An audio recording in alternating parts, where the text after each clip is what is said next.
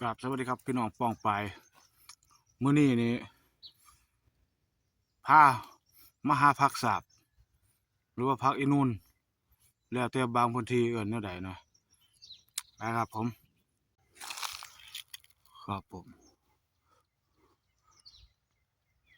รู้สึกว่ามันสิแก่แล้วเด้ทุกคนเดี๋ยวดูสูงครับมันหาได้ไหมหาใหม่มาต่อยลงเบิ่งยิกเบิ่งก่อน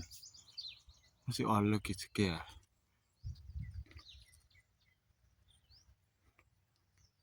แต่ว่าเขตนี้นี่ผมเพิ่งเห็นต้นเดียวนะครับ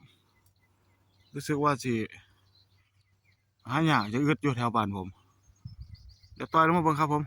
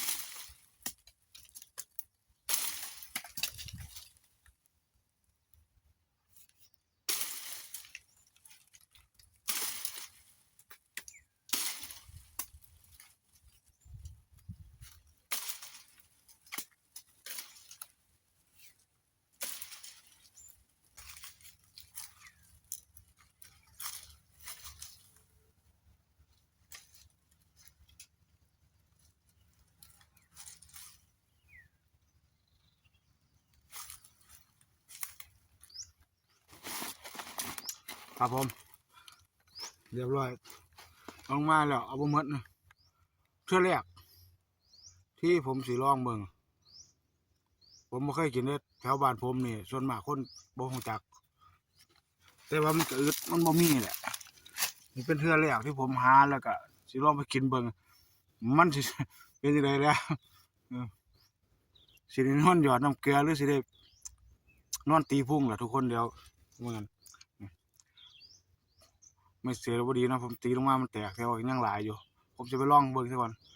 เอาไว้ลองยิกเบิ่งคำยิกเข้าแสดงว่าอ่อนตัวนี้อ่อนอยู่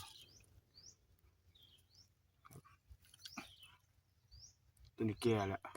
แข็งแล้วเอาปกๆเลยหน่อยๆมันผมไม่ฟาดเอาไม่ฟาดลงมาหน่อยแตกหน่อยอย่างเงี้ยไปลองมาก่อนทุกคนเพราะว่าผมเห็นในบางเพจบางช่องเขาลงว่าผักสาบผักอีนูนผักอร่อยหายากใกล้สูญพันธุ์เขาเจ้าก็บางคนก็รีวิวไปหนึ่งกินกับแจ่วไปนะกินแซ่บเขาเจ้าว่าแซ่บหลายผมบ่เหม็นเขียวบ่เหม็นเขียวเดี๋ยวผมไปลองเบิ่งมันสิแซ่บจั่งใดมันก็ซ้ำผักนั่นแหละทุกคนแม่นบ่ผมว่าหน่วยมันก็คล้ายๆผักตำลึงหมักตำลึงหมักตุ้มกาเหมือนกันนี่เดี๋ยวมาเบิ่งข้างในมัน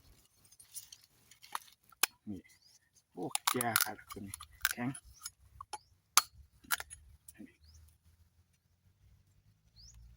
ในมันคือกันทุกคนผมเบิ่งเห็นบ่บ่เหม็นอันนี้ก็เหม็นคือเก่าแหละคนเหม็นพวกเหม็นเขียว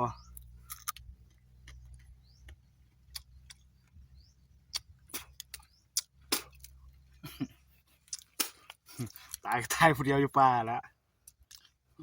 ไอ้หวานอยู่หวานเขาเจ้าแต่ว่าฝาดนิดนึงอืม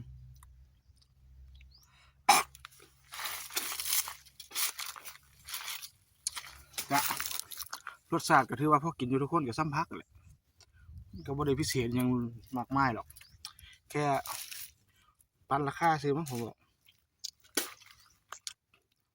ปันพืชเป็นการปันพืชคล้ายๆปันราคาผัก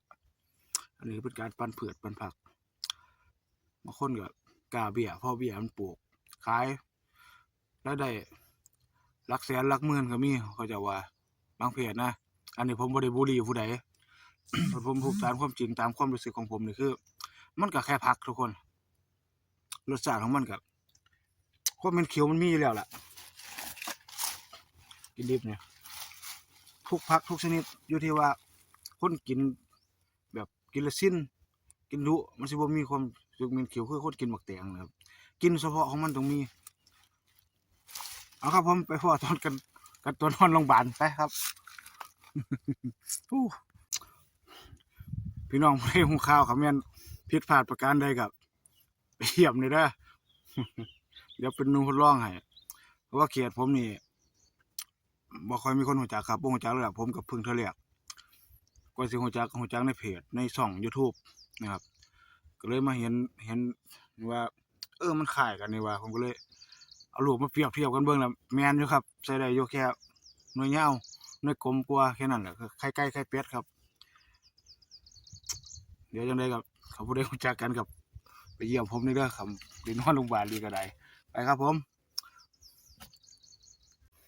ไปครับเดี๋ยวผมสิพาไปต้มไปลวกไปจิ้มไปแจ่วลองเบิ่งแล้วสิคอมเมนต์รสชาติให้ฟังว่ามันแท้บ่นะครับปั่นกันบ่หรือว่ามันแซ่บอีหลีนะครับผมไปครับผมต้มผักสาบแม่นผักสาบบ่ฮะ บ่เคยกันเด้เห็นอยู่โคเก็บมาลองเบิ่งมันคือกันนะครับโอ้โหแล้วก็ได้ฮู้แล้วครับผมนะครับผมมาลุ้นไปพร้อมๆกันแม่นผักสาบหรือบ่แม่นเด้ผมครั้งแรกนะก็ล่ะสิลองกินบางครั้งแรกไปเห็นอยู่โคกลองเก็บมาเบิ่งมันคล้ายๆกันครับที่เขาลงในช่องครับแม่นบ่แม่นเดี๋ยวได้ฮู้กันนี่ล่ะครับผมไปติดตามพร้อมกันเลยส่วนรสชาตินี่ก็คือผิดหวังอยู่นิดนึงครับก็บ่ได้แซ่บเลยนัวเพราะปานใดดอกรสชาตินี่ก็คือแซ่บกว่าหม่องหัวตอครับหมักติดต่อถ้าไปเคยกินแซ่บกว่าอยู่มันสิมีขมมันหวานนิดๆรสชาติคล้ายๆผักม่วนครับดอกผักม่วนคล้ายๆกันแต่ว่าบ่ขมแห้งห้าวผักม่วนแต่คนมาครับสำหรับคนมักขมมันร้อนก็แซ่บอยู่ครับมันมีมันเขากับแจ่วปลาแดกนี่โอ้ผมว่าเข้ากันดีอยู่ครับมีการอยู่กินเหม็นเขียวนี่มีแน่นอนครับผมบอกเลยว่ากินเหม็นเขียวมี